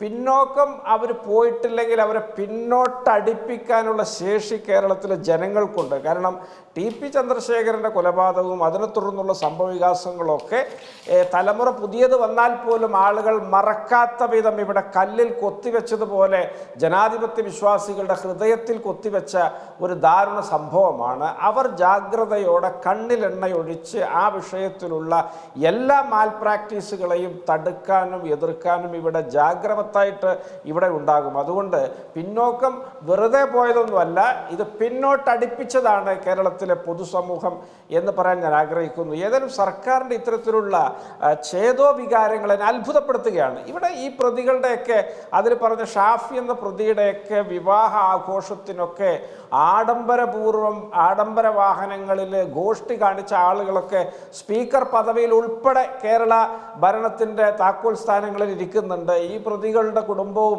CPM പാർട്ടിയായിട്ടുള്ള ബന്ധം നമുക്കറിയാം, ചെല്ലനും ചെലവിനും കൊടുക്കുന്ന കാര്യം അറിയാം. ഇവിടെ ജയിലിനകത്തൊക്കെ ലഭ്യമാകുന്ന വസ്തുക്കളുടെ അവരിടപെടുന്ന അട്ടിമറി, കൊട്ടേഷൻ, അക്രമ സംഘടിത പ്രവർത്തനങ്ങളൊക്കെ കേൾക്കുമ്പോൾ ഇത് ഞാൻ ഈ തെലുങ്ക് സിനിമയിലെ കണ്ടപ്പോൾ എൻ്റെ ഒന്നും യുക്തിക്ക് ഇതൊന്നും ദഹിച്ചിരുന്നില്ല. സ്മൃതി, ഇതൊക്കെ യഥാർത്ഥത്തിൽ നടക്കുക? ഇങ്ങനെയൊക്കെ പച്ചക്ക് നിയമലംഘനം നടക്കുന്ന ഇടങ്ങളാണോ ഇതൊക്കെ? ആന്ധ്ര അല്ലെങ്കിൽ ഈ ഭോജ്പുരി ഭാഷ സിനിമയൊക്കെ പ്രചരിക്കുന്ന ഇടങ്ങളെന്നൊക്കെ നമ്മൾ ചിന്തിച്ചിരുന്നു. എന്നാൽ ഈ പ്രബുദ്ധമായ മധുര മനോഹര മനോജ്ഞസമായ കേരളത്തിൽ ഇത് നടത്താൻ നിർബാധം ധൈര്യപ്പെട്ടു പോകുന്ന CPM-ഉം ആ CPM-നെ സഹിച്ച് ഈ കേരളത്തിൽ ജീവിച്ച് മുന്നോട്ട് പോകുന്ന പൊതുജനമൊക്കെ എത്രമാത്രം അപമാനിതരും ലജ്ജ കൊണ്ട് തലതാഴ്ത്തേണ്ടി വരുന്നവരുമാകുന്നു എന്ന് ഞാൻ ഈ അവസരത്തിൽ ചിന്തിച്ചു പോവുകയാണ്. ഏതായാലും TP ചന്ദ്രശേഖരൻ വധക്കേസുമായി ബന്ധപ്പെട്ട് ഇത്തരത്തിലുള്ള നടപടികളും പ്രതികരണങ്ങളും ഇടപെടലുകളുമാണ് CPM തുടർന്ന് നടത്താൻ ഉദ്ദേശിക്കുന്നതെങ്കിൽ അവരുടെ ഗതി അതിദയനീയമായിരിക്കും. അല്ലെങ്കിൽ ദുർബല പിന്നെ ഗർഭിണിയും എന്നൊരവസ്ഥയിലേക്ക് അവരെ കേരളത്തിൻ്റെ തെരഞ്ഞെടുപ്പ് രാഷ്ട്രീയത്തിൽ വളരെ കൃത്യമായിട്ട് എത്തിച്ചേരും എന്ന് പറയാൻ ഞാൻ ആഗ്രഹിക്കുന്നു. പിന്നെ ശ്രീ KK രമ പറഞ്ഞ ഒരു വാചകം അതും വളരെ ഞെട്ടിപ്പിക്കുന്നതാണ്. ഞങ്ങൾക്ക് വേണ്ട സൗകര്യങ്ങൾ തന്നില്ലെങ്കിൽ, ഞങ്ങളെ രാജകീയമായി പരിചരിച്ചില്ലെങ്കിൽ, നിശ്ചിത കാലാവധി കഴിഞ്ഞിട്ട് ഞങ്ങളെ ഇറക്കി വിട്ടിട്ടില്ലെങ്കിൽ നിങ്ങളൊക്കെ കുടുങ്ങും കേട്ടോ എന്ന മട്ടിലുള്ള ഭീഷണിയൊക്കെ ഇവർ മുഴക്കുമ്പോൾ ഇനി എന്തൊക്കെ ക്രിമിനൽ പ്രവൃത്തികളാണ് ഇതുമായി ബന്ധപ്പെട്ട് നടക്കുക എന്നെനിക്കറിയില്ല. ഈ പ്രതികളെ ആരെങ്കിലുമൊക്കെ ജയിലിൽ ദുരൂഹ സാഹചര്യത്തിൽ മരണപ്പെടാം, അല്ലെങ്കിൽ ഇത്തരത്തിലുള്ള ഭീഷണികളൊക്കെ മുന്നോട്ട് പോകുമ്പോൾ ഇങ്ങനെയുള്ള കേട്ടാൽ അറക്കുന്ന നമ്മുടെ സ്വാഭാവിക മാനസികാവസ്ഥക്ക് നിരക്കാത്ത തരത്തിലുള്ള നടപടികളൊക്കെ ചെയ്യാൻ സർക്കാർ നിർബന്ധിതമാകും. അപ്പോൾ CPM-നെ സംബന്ധിച്ചിടത്തോളം ഇനിയെങ്കിലും അവർ ഈ തെറ്റ് ഏറ്റുപറഞ്ഞുകൊണ്ട് ഇനി തെറ്റ് ചെയ്യാത്ത രീതിയിലുള്ള പ്രവൃത്തികൾ ചെയ്യുമെന്ന് അവർ പൊതുസമൂഹത്തിൻ്റെ മുമ്പാകെ സാക്ഷ്യപ്പെടുത്താനും അത്തരത്തിലുള്ള പ്രവർത്തന രീതി സ്വീകരിക്കാനും തയ്യാറാകണം. ഞാനൊരു കാര്യം പറയാം, ഈ കേരളത്തിലെ എല്ലാ രാഷ്ട്രീയ പാർട്ടികളും ഇതുപോലുള്ള അക്രമ സംഭവങ്ങളിലൊക്കെ ഭാഗഭാക്കായിട്ടുണ്ട്. അതൊക്കെ നമ്മുടെ ഒരു കവലയിലൊരു കശപിശ നടക്കുമ്പോൾ ഉന്തും തള്ളിലൊക്കെ കലാശിക്കും. അതിൽ മനുഷ്യന്മാർക്കൊക്കെ പങ്കാളിത്തം ഉണ്ടാവും, പാർട്ടിയൊന്നുമില്ല. പക്ഷേ ആളുകളെ വധിക്കാൻ, കൊല്ലാൻ, ശാരീരികമായി ഇല്ലായ്മ ചെയ്യാൻ സംഘങ്ങൾ രൂപീകരിച്ച് ആ സംഘങ്ങൾ അഴിച്ചുവിട്ട് അവർ ഊഴമിട്ട് കാത്തിരുന്ന് അങ്ങനെ ദിവസങ്ങളോളം കാത്തിരുന്ന് കിട്ടുന്ന അർദ്ധാവസരങ്ങളെ പോലും മുതലാക്കി മേൽ ചാടി വീണ് കൊന്നു തള്ളി ഈ പ്രതികളെ മാറ്റി ഒളിവിലേക്ക് മാറ്റി ഡമ്മി പ്രതികളെ കൊടുത്ത് ഇത്തരത്തിലൊരു കലാപരിപാടി ഈ സംസ്ഥാനത്ത് ആവിഷ്കരിച്ച് നടപ്പിലാക്കിക്കൊണ്ടിരുന്ന രണ്ട് പാർട്ടികൾ, ഒന്ന് CPM-ഉം ഒന്ന് BJP-യുമാണ്. മറ്റു പാർട്ടികൾക്കൊന്നും അത്തരത്തിലുള്ള അക്രമ സംഭവങ്ങളിൽ പങ്കില്ല. ഏതായാലും RSSകാരൊക്കെ തിരുവനന്തപുരത്ത് വട്ടമേശ ചർച്ച പിണറായിയും കോടിയേരിയൊക്കെ ആയിട്ട് നടത്തിയിട്ട് അക്രമത്തിൻ്റെ കൊലപാതകത്തിൻ്റെ ഒരു ചരിതമൊക്കെ താൽക്കാലികമായിട്ട് ഇവിടെ അവസാനിച്ചിട്ടുണ്ട്. പക്ഷേ ഈ മഴ തോർന്നാലും മരം പെയ്യുമെന്ന് പറഞ്ഞതുപോലെ അവരുടെ ഈ പ്രവണതകൾ വീണ്ടും വീണ്ടും ഇത്തരത്തിലുള്ള വിവിധ സംഭവങ്ങളിലൂടെ നമ്മുടെ മുമ്പിലേക്ക് വരുന്നു. ബോംബുകൾ പൊട്ടുന്നു, ആളുകൾ മരിക്കുന്നു, ബോംബ് നിർമ്മാണത്തിനിടെ ആളുകൾ മരണപ്പെടുന്നു. ഇതൊക്കെ തെരഞ്ഞെടുപ്പിനിടയിൽ തെരഞ്ഞെടുപ്പിന് ശേഷമൊക്കെ സീരിയൽ പോലെ സംഭവിച്ചു കൊണ്ടിരിക്കുന്നു. ഇതൊക്കെ നമ്മുടെ ഒരു രാഷ്ട്രീയ പ്രബുദ്ധതയ്ക്ക്, നമ്മുടെ ഒരു ജനാധിപത്യ ഉത്ബുദ്ധതയ്ക്ക് മേലുള്ള വലിയ കളങ്കമാണ്. CPM-ആണ് ഇന്ന് ആ കളങ്കത്തിന് ഉത്തരവാദികൾ. അവരടിയന്തരമായിട്ട് അതിൽ നിന്ന് പിന്തിരിഞ്ഞ് ഈ കേരളത്തിൻ്റെ ജനാധിപത്യ രംഗം ശുദ്ധീകരിക്കാനുള്ള ഒരു നടപടികൾക്ക് തുടക്കമിടണം. അവർ മാതൃകാപരമായ ചുവടുകൾ ഈ വിഷയത്തിൽ വെക്കണം. ജനാധിപത്യത്തോട് അവർ കൂറുപുലർത്തണം. പൊതുസമൂഹത്തിൻ്റെ വിശ്വാസ്യതയ്ക്ക് മേൽ കരിനിഴൽ പരത്തുന്ന നടപടികളിൽ നിന്ന് അവർ പിന്മാറണം. നിയമവ്യവസ്ഥയെ അവർ മാനിക്കണം. ഉള്ളിലൊന്ന് പറഞ്ഞ് അല്ലെങ്കിൽ ചെയ്ത് പുറത്ത് മറ്റൊന്ന് പറയുന്ന ഈ കാപഢ്യം CPM അവസാനിപ്പിക്കണം. കേരളത്തിലെ ജനങ്ങൾ അത്രയ്ക്ക് മഠയന്മാരല്ല എന്ന് അവർ മനസ്സിലാക്കണം എന്ന് പറയാൻ ഞാൻ ആഗ്രഹിക്കുന്നു. സ്മൃതി. ശരി, ശ്രീ NP ചെക്കുട്ടി, ഇപ്പോൾ TP കേസിലെ പ്രതികൾ അത് പാർട്ടിക്കാരായാലും പാർട്ടിക്കാരല്ലാത്തവരോടും എങ്ങനെയൊക്കെയാണ് സർക്കാർ കാണിച്ചിരുന്ന സമീപനം എന്നുള്ളത് പല ഘട്ടങ്ങളിലായി നമ്മൾ കണ്ടിട്ടുള്ളതാണ്. ഇപ്പോൾ പക്ഷേ പാർട്ടി തെറ്റുതിരുത്തൽ നടപടികളിലേക്ക് കടക്കുകയാണ്. അതായത് തെരഞ്ഞെടുപ്പ് പരാജയം സംബന്ധിച്ച വിശകലനമൊക്കെ നടത്തിയിട്ട് ജനങ്ങളുടെ മനോഭാവം തിരിച്ചറിയാൻ കഴിഞ്ഞില്ല. ഇനി ജനങ്ങളിലേക്ക് കൂടുതൽ ഇറങ്ങിച്ചെല്ലണം, ജനങ്ങളുടെ വിഷയങ്ങളിലേക്ക് ഇറങ്ങിച്ചെല്ലണം, ജനങ്ങളെ കൂടുതൽ മനസ്സിലാക്കണം എന്നൊക്കെ ഒരു വിലയിരുത്തലേക്ക് പാർട്ടി വന്ന ശേഷം വരുന്ന വാർത്തയാണ്. അപ്പോൾ എന്താണ് ഈ മനസ്സിലാക്കൽ? ഇതിന് പിന്നിൽ മുഖ്യമന്ത്രിയുടെ അറിവോടുകൂടി തന്നെ ചെയ്ത കാര്യമായിട്ടാണോ താങ്കൾ ഇതിനെ കാണുന്നത്? അങ്ങനെയാണെന്ന് KK രമ പറയുന്നു. അല്ല, അതിൽ ഗൗരവമുള്ള ചില പ്രശ്നങ്ങളുണ്ട്. കാരണം ഈ തെരഞ്ഞെടുപ്പിന് ശേഷം CPM-നെ സംബന്ധിച്ചിടത്തോളം CPM വലിയൊരു പ്രതിസന്ധിയിൽ എത്തി നിൽക്കുന്ന സമയമാണ്.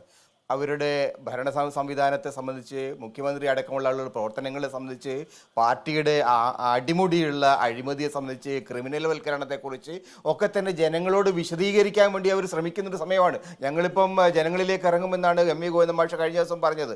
അങ്ങനെ ജനങ്ങളിലേക്ക് ഇറങ്ങാൻ പോകുന്ന സമയത്ത് ഞങ്ങളുടെ കാര്യം ആദ്യം ശരിയാക്കിയതിന് ശേഷം അത് നിങ്ങൾ ജനങ്ങളിലേക്ക് ഇറങ്ങൽ എന്ന ഒരു സന്ദേശം അവർക്ക് കിട്ടിയിട്ടുണ്ട്. അതായത് ഈ പ്രതികളെ സംബന്ധിച്ചിടത്തോളം ഈ പ്രതികളെയല്ലേ യഥാർത്ഥത്തിൽ ഈ കേസിന്റെ പിന്നിലുള്ളത്. ഇപ്പൊ ജയിലിൽ കിടക്കുന്ന ആളുകളൊന്നും അവരുടെ താല്പര്യത്തിന്റെ അടിസ്ഥാനത്തിൽ, അവരുടെ ഏതെങ്കിലും ഒരു വൈരനിര്യാതന ബുദ്ധിയുടെ അടിസ്ഥാനത്തിൽ വളരെ ബുദ്ധിമുട്ടി, വളരെ പാടുപെട്ട്, വളരെ സംഘടിതമായിട്ട് നടത്തിയ ഒരു ഗൂഢാലോചനയിലൊന്നും അല്ല ഈ കൊലപാതകം ഉണ്ട്. അതിന്റെ യഥാർത്ഥത്തിലുള്ള കണ്ണികൾ, അതിന്റെ യഥാർത്ഥത്തിലുള്ള എന്താ പറയുക പ്രജന പ്രഭവ കേന്ദ്രം വളരെ ഉന്നതങ്ങളിലാണ്. CPM-നെ സംബന്ധിച്ചിടത്തോളം വളരെ ഉന്നത തലത്തിലുണ്ടായ ഒരു ഗൂഢാലോചനയുടെ അടിസ്ഥാനത്തിലാണ് ഈ കൊലപാതകം നടന്നത്. അപ്പം അതുകൊണ്ട് അവർ പറയുന്നു, ഞങ്ങളുടെ കാര്യം നിങ്ങൾ പരിഹരിച്ചതിന് ശേഷം നിങ്ങൾ ജനങ്ങളിലേക്ക് ഇറങ്ങിയാൽ മതി, അല്ലെങ്കിൽ നിങ്ങൾക്ക് എതിരായിട്ടുള്ള ചില കാര്യങ്ങൾ പറയും എന്നുള്ളൊരു ഭീഷണിയുടെ സ്വരത്തിലുള്ള ഒരു മെസ്സേജ് പോയിട്ടുണ്ട് എന്നുള്ളത് വാസ്തവമാണ്. അതുകൊണ്ടായിരിക്കണം വളരെ പെട്ടെന്ന് ഇവർക്ക് അനുകൂലമായിട്ടുള്ള നടപടിയെടുക്കാനും. അതല്ലാണ്ട് ഉദ്യോഗസ്ഥന്മാർ അവരുടെ ഇഷ്ടപ്രകാരം അവരുടെ താല്പര്യപ്രകാരം ഒന്നും ചെയ്യില്ല. സർക്കാരിൽ നിന്ന്, ജയിൽ വകുപ്പിൻ്റെ തലപ്പത്തുള്ള ആളുകളിൽ നിന്ന് വളരെ കൃത്യമായ നിർദ്ദേശം നൽകപ്പെട്ടതിൻ്റെ അടിസ്ഥാനത്തിൽ തന്നെയാണ് ഇപ്പോൾ ഇവരെ പിന്നെ സഹായിക്കാനുള്ള നീക്കം നടന്നത്. പക്ഷേ അങ്ങനെയൊരു നീക്കം ഹൈക്കോടതിയുടെ കഴിഞ്ഞ ഒരു 3 മാസം മുമ്പ് ഹൈക്കോടതി വിധിയിൽ വളരെ കർശനമായിട്ട് പറഞ്ഞതാണ്. വളരെ കർശനമായിട്ടുള്ള നടപടികളാണ് ഹൈക്കോടതി. ശിക്ഷ വർദ്ധിപ്പിച്ചു. മാത്രമല്ല, നേരത്തെ വിട്ടുപോയ ചില ആളുകൾക്ക് പോലും അഡീഷണൽ ആയിട്ട് ശിക്ഷ കൊടുത്തു. അങ്ങനെ കർശനമായി കോടതിയുടെ നടപടിയെടുത്ത് ഒരു 3 മാസത്തിനുള്ളിൽ തന്നെ വീണ്ടും അവരെ രക്ഷപ്പെടുത്തി കൊണ്ടുകൊടുക്കാനുള്ള, അവരെ റിലീസ് ചെയ്യാനുള്ള നീക്കങ്ങൾ നടക്കണമെങ്കിൽ കോടതിയോടുള്ള ബഹുമാനക്കുറവല്ല, ഇവരോടുള്ള ബഹുമാനമാണ്, അല്ലെങ്കിൽ ഇവരോടുള്ള ഭയമാണ് യഥാർത്ഥത്തിൽ സർക്കാരിനെ അല്ലെങ്കിൽ പൊളിറ്റിക്കൽ പാർട്ടിയെ നയിക്കുന്നത്. വളരെ വ്യക്തമാണ്. CPM ചെന്നുപെട്ടിരുന്ന പ്രതിസന്ധി വളരെ രൂക്ഷമാണ്. കാരണം ക്രിമിനലുകൾ ഉപയോഗിച്ച് രാഷ്ട്രീയ പ്രവർത്തനം നടത്തി ദീർഘകാലമായിട്ട് ക്രിമിനലുകളുടെ നിയന്ത്രണത്തിൽ ആ പാർട്ടി പോയി. ഇന്ന് ക്രിമിനലുകൾ അവരെ പൂർണ്ണമായിട്ടും ഭീഷണിപ്പെടുത്തുന്ന ഒരു അവസ്ഥ വന്നു ചേർന്നുണ്ട്. CPM ആ നിലയിലുള്ള ഒരു വലിയ പ്രതിസന്ധി, അവർ ചെന്നുപോട്ട പ്രതിസന്ധിയുടെ ആഴങ്ങളെ വ്യക്തമാക്കുന്ന ഒരു സംഭവമാണ് ഇപ്പോൾ ഉണ്ടായിരിക്കുന്നത്. ഈ വടകരയിലെ വിധിയിൽ ഒരു വിഷയം ഇത് തന്നെയായിരുന്നല്ലോ. ഈ ഹൈക്കോടതി വിധിക്ക് ശേഷം നടന്ന തിരഞ്ഞെടുപ്പ് കൂടിയായിരുന്നു. അപ്പോൾ അത് വടകരയിലെ ഒരു ഘടകമായിട്ടുണ്ട്. വേറെയും പ്രചാരണത്തിൻ്റെ രീതികളടക്കം പിന്നീട് വിമർശിക്കപ്പെടുകയും അതിന്മേൽ ചർച്ചകൾ ഉണ്ടാകുകയും ഒക്കെ ചെയ്തിട്ടുണ്ട്. അപ്പോൾ വടകരയും ഒരു പാഠമായിട്ടില്ല എന്നാണോ മനസ്സിലാക്കേണ്ടത് ശ്രീ NP ചെക്കുട്ടി?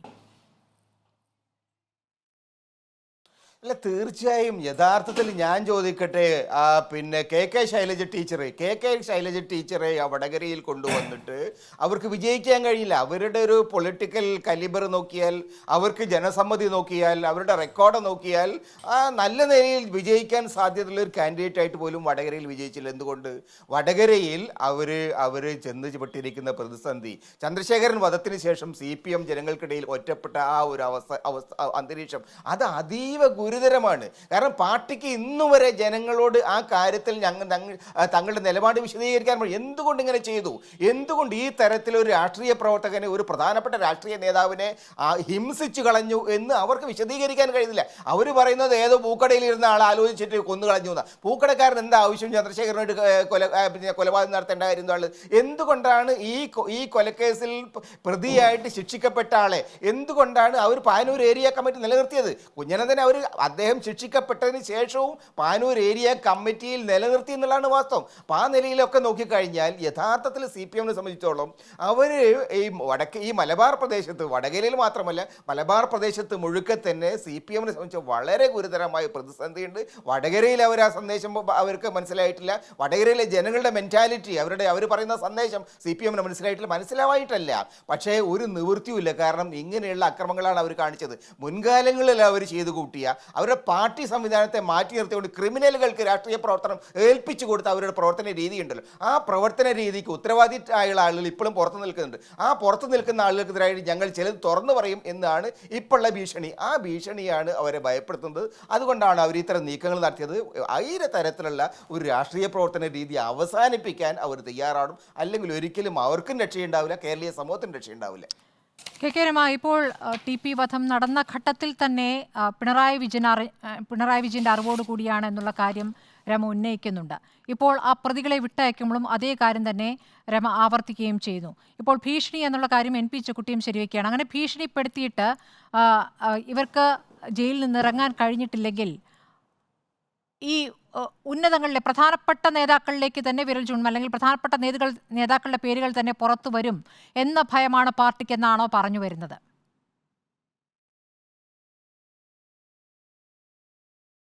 അതെ സ്മൃതി, തീർച്ചയായിട്ടും അതുതന്നെയാണ്. കാരണം അതാണ് CPM-നെ ഭയപ്പെടുത്തുന്നത്, അതാണ് അവരെ വല്ലാതെ പ്രയാസപ്പെടുത്തുന്നത്.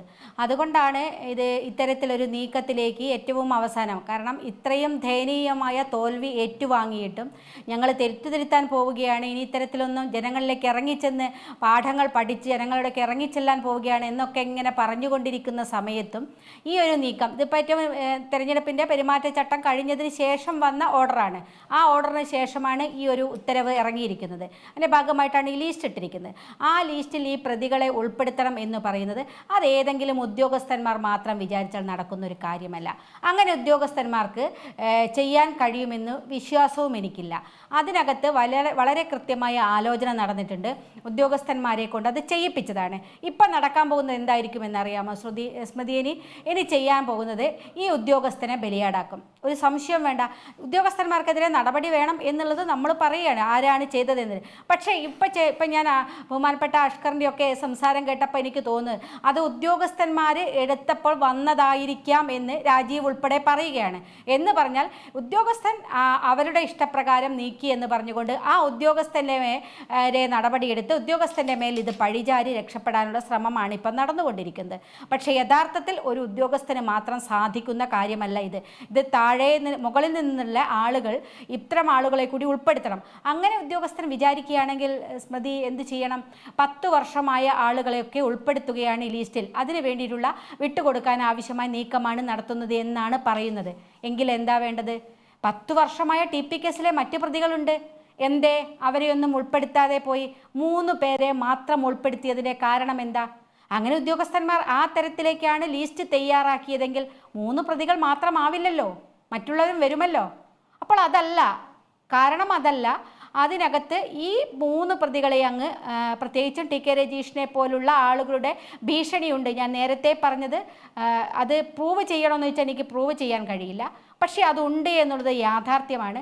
പല വിവരങ്ങളും നമ്മൾക്കും കിട്ടുമല്ലോ, ജയിലിനുള്ളിൽ നിന്നും പുറത്തു നിന്നുമൊക്കെ നമുക്കും വിവരങ്ങളൊക്കെ ധാരാളം കിട്ടും. അങ്ങനെ കിട്ടിയപ്പോൾ നമുക്കറിഞ്ഞ ഒരു അറിവ് തന്നെയാണത്.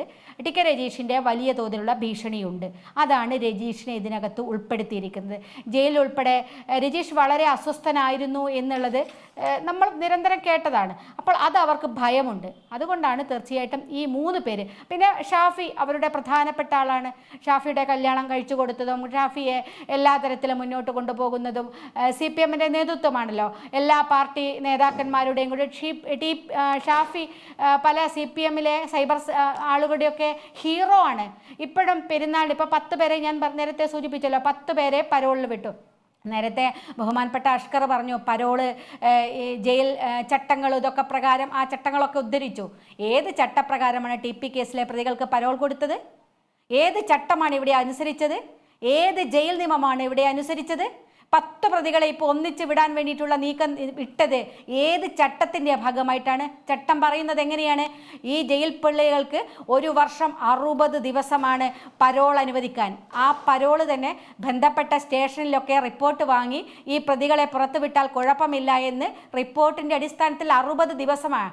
അതിൽ കൂടുതൽ കിട്ടണമെങ്കിൽ സാധാരണ അവധി എന്ന് പറയുന്നത് പരോൾ എന്ന് പറയുന്നത് 60 ദിവസം. അതിൽ കൂടുതൽ സ്പെഷ്യൽ പരോൾ ലഭിക്കണമെങ്കിൽ അത് പ്രത്യേകമായിട്ടുള്ള റിപ്പോർട്ട് വേറെ വേണം. എങ്കിൽ ഒരു 60 ദിവസം കൂടി അഡീഷണൽ ആയിട്ട് അനുവദിക്കും. അതല്ലേ അനുവദിക്കാൻ പാടുള്ളൂ 1 വർഷം. പക്ഷേ TP കേസിൽ പ്രതികൾക്ക് എത്ര പരോൾ അനുവദിച്ചിട്ടുണ്ട്? എൻ്റെ അടുത്ത് കുറേ 2020 വരെയുള്ള കണക്കുകൾ എൻ്റെ അടുത്തുണ്ട്. ആ കണക്കുകൾ 237 ദിവസം, 160 ദിവസം, 212 ദിവസം, ഇങ്ങനെയൊക്കെ ഓരോ പ്രതികൾ. അത് മാത്രമല്ല 2020 വരെയുള്ളതാണ് കേട്ടോ ഈ കണക്ക്. 2020 എന്താ സ്ഥിതി? നമുക്ക് കോവിഡ് വന്നു. കോവിഡ് സമയത്ത് 26/3/2020 മുതൽ 12/5/2022 വരെ 2 വർഷവും 2 മാസവും ഈ പ്രതികൾ മുഴുവൻ പുറത്താണ്. കോവിഡിൻ്റെ ഇത് പറഞ്ഞ് മുഴുവൻ പ്രതികളെയും ജയിൽ മോചിപ്പിച്ച് പുറത്തായിരുന്നുള്ള 2 വർഷവും 2 മാസവും. അതുകൂടാതെയാണ് ഇപ്പോൾ ഈ പരോളുകൾ കൊടുത്തുകൊണ്ടിരിക്കുന്നത്. ഇപ്പോൾ ഞാൻ നിയമസഭയിൽ ചോദിച്ചിരുന്നു, കഴിഞ്ഞ സഭയുടെ സമയത്തും ചോദ്യം ചോദിച്ചിട്ട് ഇന്നും അതിനകത്ത് answer waiting for the answer എന്നാണ്. ആൻസർ തന്നില്ല. എന്താ ആൻസർ തരാത്തത്? കാരണം അവർക്ക് കൃത്യമായി തരണമെങ്കിൽ ഒരുപാട് ദിവസം ഉണ്ടാവും. അത് പൊതുസമൂഹം അറിയരുത് എന്ന് കൃത്യമായ നിർദ്ദേശം അവർക്കുണ്ടാകും. അതുകൊണ്ട് ജയിൽ ഉദ്യോഗസ്ഥന്മാർ കണക്ക് കൊടുത്തിട്ടില്ല. അതിന് നിയമസഭയിൽ നിന്ന് അതിന് മറുപടി കിട്ടിയിട്ടില്ല. ഇപ്പോൾ പരോൾ സംബന്ധിച്ച് വീണ്ടും കൊടുത്തു, അതിനും മറുപടിയില്ല. ഇതൊക്കെ മറുപടി തരാതെ ഒഴിഞ്ഞു പോയിക്കൊണ്ടിരിക്കുകയാണ്. കാരണം അതിനകത്ത് കണക്കിൽ പുറത്ത് പറയാൻ പാടില്ലാത്ത രൂപത്തിലേക്കുള്ള പരോളുകൾ ഇവൾക്ക് അനുവദിച്ചിട്ടുണ്ട്. പിന്നെ സ്മൃതി, നമ്മൾ നോക്കൂ, ഇപ്പോൾ ഹൈക്കോടതി, ബഹുമാനപ്പെട്ട ഹൈക്കോടതി ശിക്ഷ ഇരട്ടിപ്പിക്കുകയും ഇതാക്കുകയൊക്കെ ചെയ്തു. ഇപ്പോൾ അറിയുന്നൊരു കാര്യം, നമ്മൾ മനസ്സിലാക്കേണ്ട ഒരു കാര്യം, ഈ TP കേസിൽ ഇപ്പോൾ നേരത്തെ വിചാരണ കോടതി വെറുതെ വിട്ട കേസിലെ 12ാം പ്രതിയായ ജ്യോതിബാബുവിനെ ശിക്ഷിച്ചു. ജ്യോതിബാബു ഇന്നും ജയിലിൽ പോയിട്ടുണ്ടോ? ഒരു അന്വേഷണം നടത്തണം. ഒരു ജയിലിൽ ഒരു ദിവസം ജ്യോതിബാബു കിടന്നിട്ടുണ്ടോ? ജ്യോതിബാബു ഇന്നും പരിയാരം മെഡിക്കൽ കോളേജിൽ ചികിത്സയിലാണ് എന്നാണ് ഞാൻ മനസ്സിലാക്കുന്നത്. ഇങ്ങനെയാണോ? ഇങ്ങനെ ഏതെങ്കിലും സൗകര്യങ്ങൾ ഏതെങ്കിലും ജയിൽ പുള്ളികൾക്ക് കിട്ടുമോ? എന്താ TP കേസിലെ പ്രതികൾക്ക് ഇങ്ങനെ കൊടുക്കുന്നത്?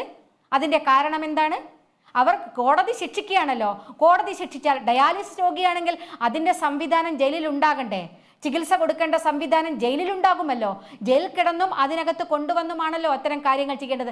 നേരെ പരിയാരം മെഡിക്കൽ കോളേജിൽ അഡ്മിറ്റ് ആക്കുക, അവിടെ നിന്ന് ബിസിനസ് നടത്തുക, മറ്റ് രാഷ്ട്രീയ പ്രവർത്തനം നടത്തുക, ഇതൊക്കെ നടത്താനുള്ള സൗകര്യങ്ങൾ ഉണ്ടാകുന്നു. അതിൻ്റെ 7ാമത്തെ നിലയിൽ ഒരു റൂമിൽ അദ്ദേഹം ഉണ്ടിക്കുന്നു എന്നാണ് ഞാൻ മനസ്സിലാക്കുന്നത്.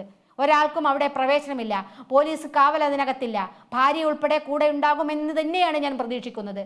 ഇതൊക്കെ നടക്കുന്നത് ഈ സർക്കാരിന്റെ കീഴിൽ. ഞെട്ടിപ്പിക്കുന്ന വിവരങ്ങളല്ലേ സ്മൃതി? അതൊക്കെ എങ്ങനെ സാധിക്കുന്നു ഇതെല്ലാം? കൊലക്കേസിലെ പ്രതികൾക്ക് ഈ തരത്തിൽ ചെയ്തു കൊടുക്കാൻ ചട്ടപ്രകാരമുള്ള നടപടി ഒന്ന് വിശദീകരിക്കണം. അഡ്വക്കേറ്റ് BN ഹസ്കർ, ഇപ്പോൾ ശിക്ഷ ഇരട്ടിപ്പിച്ച് ജീവപര്യന്തമാക്കിയ പ്രതികളുടെ കാര്യത്തിൽ അവരെ ഇപ്പോൾ യാതൊരു കാരണവശാലും വിട്ടയക്കരുതെന്ന് ഹൈക്കോടതി തന്നെ ഉത്തരവിട്ടവരുടെ കാര്യത്തിലാണ് ഇപ്പോൾ പുറത്തിറക്കാം, അവരെ സ്വതന്ത്രരാക്കാം എന്നൊരു തീരുമാനം സർക്കാർ കൈക്കൊണ്ടിരിക്കുന്നത്. അത് ആഭ്യന്തരമന്ത്രി അറിയാതെ നടക്കുമെന്ന് താങ്കൾ കരുതുന്നുണ്ടോ? ഇപ്പോൾ എത്രത്തോളം ഇവർക്ക് പരോളിന്റെ കാര്യത്തിലടക്കം ഇളവ് ലഭിച്ചു എന്നുള്ള കാര്യം, ഇപ്പോൾ അതിന്റെ കണക്കുകൾ, ദിവസങ്ങളുടെ കണക്ക് അടക്കം ഇപ്പോൾ പറഞ്ഞു കഴിഞ്ഞല്ലോ. അപ്പോൾ ഈ ഇളവുകളെല്ലാം എങ്ങനെയാണ് സംഭവിക്കുന്നത്? ഇത് മുകളിൽ അറിയാതെ ജയിൽ സൂപ്രണ്ട് തീരുമാനിക്കുന്നു എന്ന് എങ്ങനെ വിശ്വസിക്കാനാവും ശ്രീ BN ഹസ്കർ? സ്മൃതി, ഇതിൽ ഒന്ന് ജ്യോതിബാബുവിൻ്റെ കാര്യത്തെക്കുറിച്ച് മറുപടി പറഞ്ഞിട്ട് പോകുന്നതാണ് നല്ലതെന്ന് തോന്നുന്നു. ജ്യോതിബാബു അതീവ ഗുരുതരമായ രോഗാവസ്ഥയിൽ കഴിഞ്ഞു വരുന്നു എന്നാണ് ഞാൻ മനസ്സിലാക്കുന്നത്. ബഹുമാനപ്പെട്ട ഹൈക്കോടതിയിൽ വിധിയുടെ തൊട്ടു മുമ്പ് ശിക്ഷയെ സംബന്ധിച്ച് ചോദ്യം ചെയ്യുന്ന ഒരു ഘട്ടമുണ്ട്. CRPC 235 പ്രകാരം പ്രതിയിൽ നിന്ന് ശിക്ഷയെ സംബന്ധിച്ച് അഭിപ്രായം ആരായേണ്ടത് ശിക്ഷിക്കുന്ന കോടതിയുടെ ഉത്തരവാദിത്വമാണ്. അങ്ങനെ ചോദ്യം ചെയ്യുന്നതിന് പോലും ഹാജരാകാൻ നിർവാഹമില്ലാതെ ആരോഗ്യസ്ഥിതി മോശമായി കിടന്നൊരു മനുഷ്യനെയാണ്. അദ്ദേഹം ഇപ്പോഴും ചികിത്സയിൽ കഴിഞ്ഞു വരുന്നതുമാണ്. അതാണ് കോടതി പോലും വരണ്ട എന്ന് ആവശ്യപ്പെടുകയും വീഡിയോ കോൺഫറൻസിലൂടെ ബഹുമാനപ്പെട്ട ഹൈക്കോടതി ജസ്റ്റിസ് ജയശങ്കർ നമ്പ്യാരും ജസ്റ്റിസ് കൗസറുടെ ഭാഗത്തും വീഡിയോ കോൺഫറൻസിലൂടെയാണ് ആ രോഗിയായിട്ടുള്ള വ്യക്തിയിൽ നിന്ന് വിവരങ്ങൾ, ശിക്ഷയെ സംബന്ധിച്ചിട്ടുള്ള വിവരങ്ങൾ ചോദിച്ചു മനസ്സിലാക്കിയിട്ടുള്ളത്.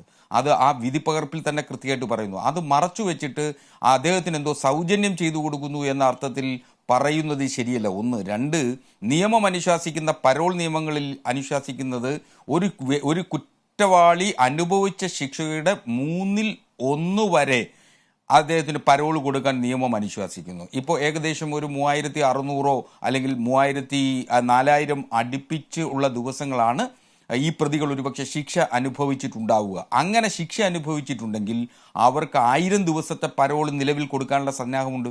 അപ്പോൾ അങ്ങനെ കൊടുത്തിട്ടുണ്ട് എങ്കിൽ അത് നിയമപരമായി ചെയ്തിട്ടുള്ള കാര്യമാണ്. ആ നിയമപരമായി ചെയ്യാൻ കഴിഞ്ഞില്ലെങ്കിൽ അവർക്ക് കോടതിയെ തന്നെ സമീപിക്കുന്നുള്ള അവകാശമുണ്ട്. പരോൾ ലഭിക്കാത്ത ഒരു വ്യക്തിയെ സംബന്ധിച്ചിടത്തോളം പരോൾ ലഭിച്ചില്ലെങ്കിൽ അയാൾക്ക് ബഹുമാനപ്പെട്ട ഹൈക്കോടതിയിൽ റിട്ട് ജൂറിസ്ഡിക്ഷനുമായിട്ട് പോവാം. ഹൈക്കോടതിക്ക് അത് 227 ഇന്ത്യൻ ഭരണഘടന 227 പ്രകാരം അത് അനുവദിച്ചു കൊടുക്കാനുള്ള ബാധ്യത ഹൈക്കോടതിക്ക് നിലനിൽക്കുന്നുണ്ട്. അപ്പോൾ അതൊക്കെ നിയമം പറയുന്ന കാര്യം. ഇവിടെ ഏതെങ്കിലും തരത്തിൽ ഏതെങ്കിലും പ്രതികൾക്കെതിരെ വഴിവിട്ട രീതിയിൽ ഗവൺമെന്റ് ചെയ്തിട്ടുണ്ടോ? അത് കണക്കുകൾ പ്രകാരം കൊണ്ടുവരികയല്ലേ നിങ്ങൾ മാധ്യമപ്രവർത്തകരുടെ ധർമ്മം. അല്ലാതെ ഈ 10 കൊല്ലം ശിക്ഷയായ ആ വ്യക്തിയെ 14 കൊല്ലം കണക്ക് കേട്ടല്ലോ.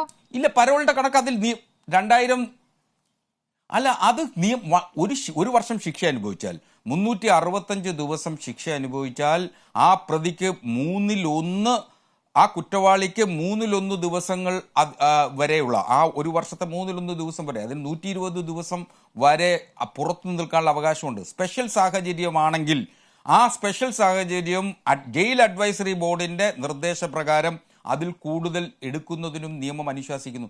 നിയമത്തിൽ പറയുന്നതല്ലേ ചെയ്യാൻ കഴിയൂ. നിയമം വിട്ട് ചെയ്തു കഴിഞ്ഞാൽ എന്താണ് അത് സ്പെഷ്യൽ കോടതിയിൽ സാഹചര്യം തന്നെ എന്ന് ചലഞ്ച് വിശദീകരിക്കാമോ ശ്രീ ബി. എൻ. ചെയ്യാവുന്നതാണ്. ഹസ്കർ? അത് ജയിൽ അല്ല, DGP സ്പെഷ്യൽ അടക്കം സാഹചര്യം ഒന്ന് വിശദീകരിക്കാമോ? വർഷത്തിൽ 60 ദിവസത്തിലപ്പുറം കിട്ടാനുള്ള സ്പെഷ്യൽ സാഹചര്യം എന്താണ്? ഇവർ ഓരോ പുറത്തിറങ്ങി വ്യക്തികളുടെയും എങ്ങനെയൊക്കെ അത് സ്പെഷ്യൽ ആക്കുന്നു എന്നുള്ള ദൃശ്യങ്ങളടക്കം പുറത്തു വന്നതല്ലേ?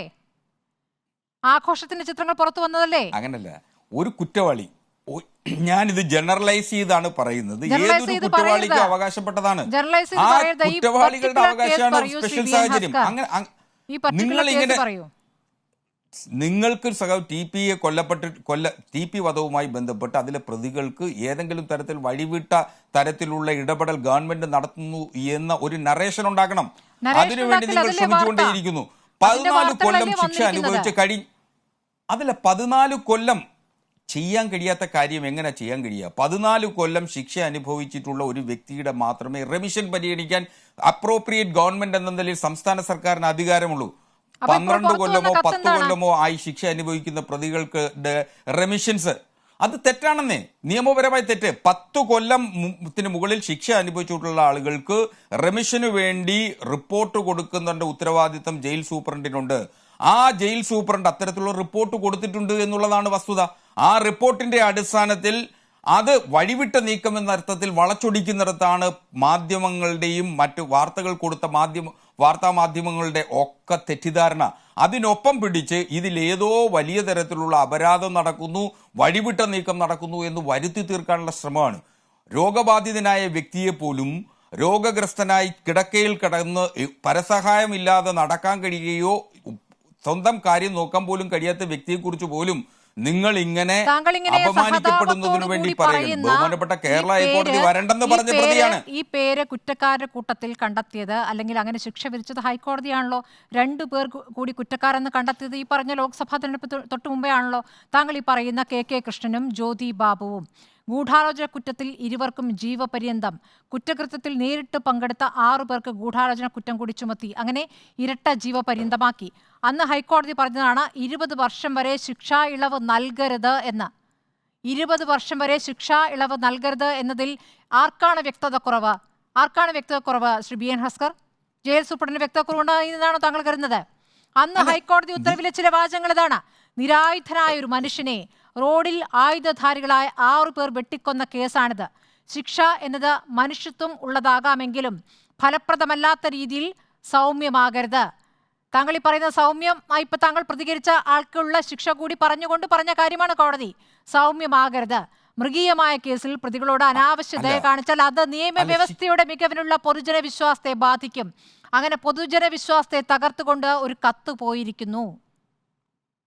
അപ്പോൾ വിശ്വാസം ആർജിക്കാനുള്ള ശ്രമങ്ങൾക്ക് തുടക്കമിട്ടിരിക്കുകയാണല്ലോ. അങ്ങനെ തുടക്കമിട്ടതിന്റെ തുടക്കമായിട്ടാണോ ഇതിനെ കാണേണ്ടത്? സ്മൃതി, ഇതിൽ ഒരൊറ്റ പ്രശ്നമേ ഉള്ളൂ. 14 കൊല്ലമാവാത്ത ഒരു പ്രതിയുടെയും തടവ് ശിക്ഷ കുറവ് ചെയ്യുന്നതിന് സംസ്ഥാന സർക്കാരിന് അധികാരമില്ല. അപ്പോൾ അധികാരമില്ലാത്തത് ചെയ്യാൻ ശ്രമിച്ചു എന്നുള്ളതാണോ വരുത്തി തീർക്കേണ്ടത്? 10 കൊല്ലം കഴിഞ്ഞ മുഴുവൻ ശിക്ഷാ പ്രതികളെ സംബന്ധിച്ചും ശുപാർശ ചെയ്യുന്നതിന് ജയിൽ സൂപ്രണ്ടിന് ജയിൽ നിയമവും ചട്ടവും അനുവാദം നൽകുന്നു. അതുപ്രകാരം 10 കൊല്ലം ജയിലിൽ മാന്യമായ പെരുമാറ്റവും ജയിൽ സൂപ്രണ്ട് നൽകുന്ന തൊഴിലും ചെയ്ത് ജീവിക്കുന്ന ആളുകളെ സംബന്ധിച്ച് റിപ്പോർട്ടുകൾ പല ഘട്ടങ്ങളിൽ വന്നിട്ടുണ്ട്. ഒന്നും ഈ പ്രതികൾക്ക് ബാധകമല്ല. അങ്ങനെ ബാധകമല്ല. പിന്നെ എങ്ങനെ അവരുടെ പേര് ഉൾപ്പെട്ടു? ബഹുമാനപ്പെട്ട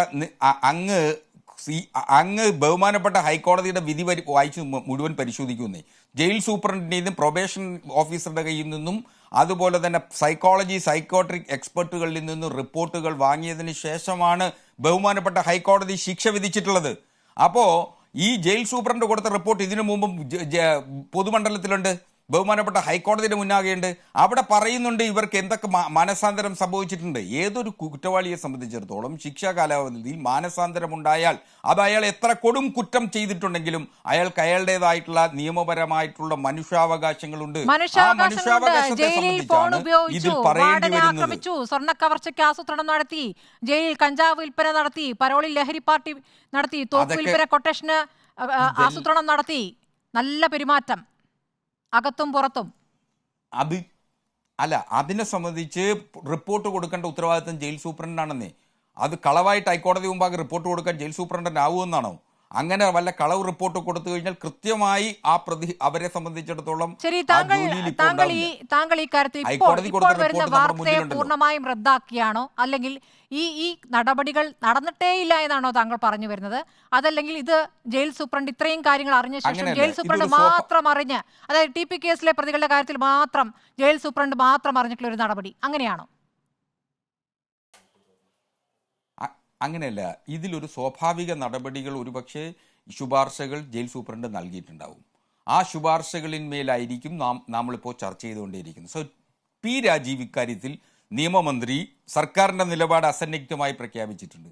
ഒരു തരത്തിലുള്ള ഹൈക്കോടതി വിധിയെ മറികടന്ന് സംസ്ഥാന വിവരങ്ങൾ പുറത്തു വന്ന ശേഷം പ്രതികരണം ചോദിച്ചു കഴിഞ്ഞപ്പോൾ പറയേണ്ടി വന്ന മറുപടി അല്ല, പരോളിന്റെ കണക്ക് ചോദിച്ചപ്പോൾ ഇതുവരെ മറുപടി കൊടുത്തിട്ടില്ല. രമ പറഞ്ഞത് കേട്ടില്ലേ?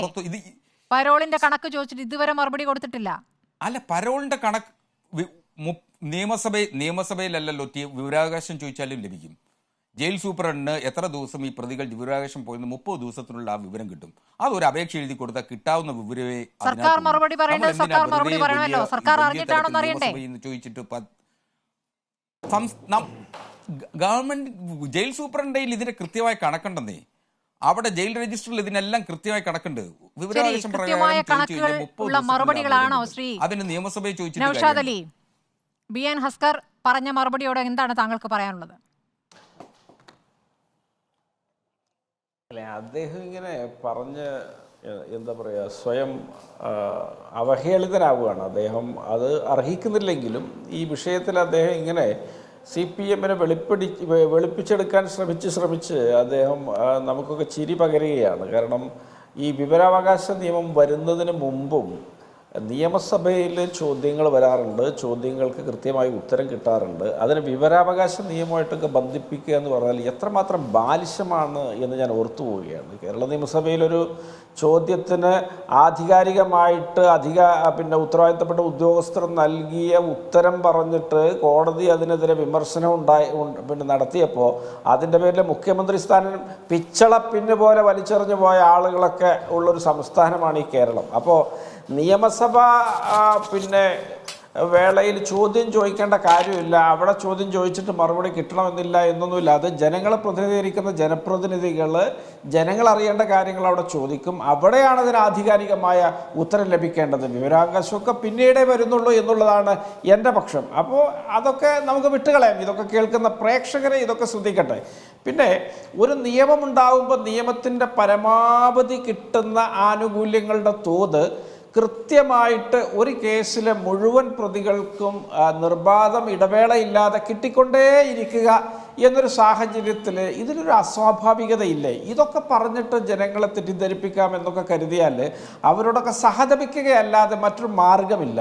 ഇവിടെ എത്ര ഈ കാലഗണനയിൽ കൊലക്കേസിലെയും മറ്റ് ക്രിമിനൽ കേസിലെയും പ്രതികൾക്ക് സമാനമായ ആനുകൂല്യങ്ങൾ കിട്ടിയിട്ടുണ്ട്. അവർ പുറത്തു പോയിട്ടുണ്ട്, അവർ പരോൾ ആനുകൂല്യം സ്വീകരിച്ചിട്ടുണ്ട്, അതിനുള്ള ഭാഗ്യമുണ്ടായിട്ടുണ്ട് എന്നൊക്കെയൊന്ന് അന്വേഷിച്ച് കഴിഞ്ഞാൽ കൃത്യമായിട്ട് ഇതിൻ്റെ ഒരു വിവേചനം നമുക്ക് മനസ്സിലാവും. ഇവിടെ ഒരു കാലം മന്ത് ബാധിച്ച് വീർക്കുമ്പോൾ മറ്റൊരു കാലം പോളിയോ ബാധിച്ച് ശോഷിക്കും പോലെയാണ് ഇവിടെ ഈ ഗവൺമെൻറ് നിയമത്തെയൊക്കെ ദുരുപയോഗം ചെയ്ത് മുന്നോട്ട് പോകുന്നത്. ആ ദുരുപയോഗം അവർ വീണ്ടും തുടരുകയാണ്. എന്നിട്ട് അതിനെ ഇത്തരത്തിലുള്ള കുറേ ന്യായീകരണങ്ങൾ ചമക്കുകയാണ്. ഇതിനെയൊക്കെ എന്ത് പേരിട്ട് വിളിക്കണം എന്നുള്ളത് കേരളത്തിലെ ജനങ്ങൾക്ക് വളരെ കൃത്യമായിട്ട് അറിയാം. അവരെയൊക്കെ ഇത്തരത്തിലുള്ള സാങ്കേതികത്വങ്ങൾ, ഇത്തരത്തിലുള്ള കടിച്ചാൽ പൊട്ടാത്ത, സാധാരണക്കാർക്ക് പ്രാപ്യമല്ലാത്ത, അല്ലെങ്കിൽ അവർ നിരന്തരം ചർച്ച ചെയ്യാത്ത ടേംസൊക്കെ പറഞ്ഞുകൊണ്ട് ചാനൽ മുറികളിലൊക്കെ ഇങ്ങനെ സംസാരിച്ച് എഴുന്നേറ്റ് പോകാം എന്നുള്ളതല്ലാതെ ഇതിലെ ന്യായാന്യായങ്ങളെക്കുറിച്ച്, ഇതിലെ വലിയ തോതിലുള്ള ധാർമ്മിക വിരുദ്ധമായ നടപടികളെക്കുറിച്ചൊക്കെ ജനങ്ങൾക്ക് ബോധ്യമുണ്ട്. TP ചന്ദ്രശേഖരൻ കൊല്ലപ്പെട്ട ഡേ 1 തൊട്ട് ഈ നിമിഷം വരെ CPM ആ കേസിൽ സ്വീകരിച്ചത് സമ്പൂർണ്ണമായിട്ട് കേരളത്തിലെ ജനങ്ങളുടെ ചിന്തക്കും വികാരത്തിനും ഒരു പുരോഗമന സമൂഹത്തിനും ഒരു ജനാധിപത്യ പരിസരത്തിനും നിരക്കാത്ത കാര്യങ്ങളാണ്. അതിനൊരു ഘോഷയാത്രയാണ്. അതിലെ ഒരു അവസാനത്തെ ഒരു എപ്പിസോഡാണ് ഇന്ന് നമ്മൾ ചർച്ച ചെയ്തുകൊണ്ടിരിക്കുന്നത്. ഏതായാലും ഇതൊന്നും CPM-ന്റെ ഈ വർഗ സ്വഭാവത്തിന്റെ ഭാഗമായിട്ട് ഇതൊക്കെ മാറിയെന്നാണ് ഞാൻ കരുതുന്നത്. ഇതൊക്കെ തിരുത്തുമെന്നുള്ള യാതൊരു പ്രതീക്ഷയും എന്നെ സംബന്ധിച്ചിടത്തോളം. ലോക്സഭാ തെരഞ്ഞെടുപ്പ് ഫലത്തിൽ നിന്നും ഈ പാർട്ടി എന്ത് പഠിച്ചു എന്നൊരു ചോദ്യം കൂടി, ഈ സർക്കാർ എന്ത് പാഠം പഠിച്ചു എന്നൊരു ചോദ്യം കൂടി വരികയാണ് ചുരുക്കി. അല്ലേ, പാഠങ്ങൾ അവർ പഠിക്കാൻ ശ്രമിക്കുന്നുണ്ട്. അവരുടെ കമ്മിറ്റി 4-5 ദിവസം ഇരുന്നിട്ട് അവർ ചർച്ച ചെയ്തു. വിവിധ താഴെത്തട്ടിലുള്ള പല ജില്ലാ കമ്മിറ്റികളിലും വളരെ രൂക്ഷമായിട്ടുള്ള അഭിപ്രായങ്ങൾ ഉയർന്നു വരുന്നുണ്ട്. സംസ്ഥാന കമ്മിറ്റിയിൽ തന്നെ വളരെ ശക്തമായിട്ടുള്ള ചില സ്വരങ്ങൾ ഉയർന്നിട്ടുണ്ട്. ചില നേതാക്കളെങ്കിലും പൊതുസമൂഹത്തിനോട് തന്നെ ചില കാര്യങ്ങൾ വെട്ടിത്തുറന്ന് പറഞ്ഞിട്ടുണ്ട്. അവർക്കിടയിൽ ഇത് ഒരു വലിയ ഗുരുതരമായ പ്രശ്നമായിട്ട് വന്നിട്ടുണ്ട്. പാർട്ടി ഒരു പ്രതിസന്ധിയിലേക്ക് നീങ്ങുക എന്നുള്ള കാര്യത്തിൽ ആർക്കും ഒരു സംശയമില്ല. ഏറ്റവും തലപ്പത്തുള്ള ഒരുപക്ഷെ പാർട്ടി സെക്രട്ടറിക്ക് അത് ബോധ്യമായിട്ടുണ്ടാവില്ല, മുഖ്യമന്ത്രിക്ക് അത് ബോധ്യമായിട്ടുണ്ടാവില്ല. പക്ഷേ പാർട്ടിയിലുള്ള താഴേക്കിടയിലുള്ള ഈ സംസ്ഥാന കമ്മിറ്റിയിൽ അടക്കമുള്ള മിക്കവാറും ആളുകൾക്കൊക്കെ കാര്യങ്ങളുടെ കിടപ്പറിയാം, എങ്ങോട്ടാണ് പാർട്ടി പോകുന്നത് അവർക്കറിയാം. പക്ഷേ അതിനെ ശരിയായ നിലയിൽ നയിക്കാൻ ബാധ്യസ്ഥരായിട്ടുള്ള ആളുകൾ, അത് മുഖ്യമന്ത്രിക്ക് ആ ഉത്തരവാദിത്വമുണ്ട്, പാർട്ടി സെക്രട്ടറിക്ക് ആ ഉത്തരവാദിത്വമുണ്ട്, PV മെമ്പർമാർക്ക് ഉത്തരവാദിത്വമുണ്ട്. അവരതിന് തയ്യാറില്ല എന്നതാണ് ഇന്നത്തെ പ്രശ്നം. അതിനുള്ള കാരണം അവർ തന്നെയാണ് ഇത്തരത്തിലുള്ള നിരവധി കോംപ്രമൈസിങ് സിറ്റുവേഷൻ, പലതരത്തിലുള്ള ആളുകളുടെ ക്രിമിനലുകളുടെ മുമ്പിൽ തലകുനിച്ച് നിൽക്കേണ്ട ഒരു അവസ്ഥ പാർട്ടി ആ നിലയിൽ അവമതിപ്പുള്ള ഒരു അന്തരീക്ഷത്തിലേക്ക് മാറ്റി അവർ തന്നെയാണ്. അതാണ് പ്രശ്നം. ശരി, സർക്കാർ നടത്തിയ ഒരു നീക്കം ഏതായാലും വാർത്ത പുറത്തു വന്നതോടെ പൊളിഞ്ഞിരിക്കുകയാണ്. വളരെ നന്ദി ചർച്ചയിൽ പങ്കെടുത്ത എല്ലാവർക്കും.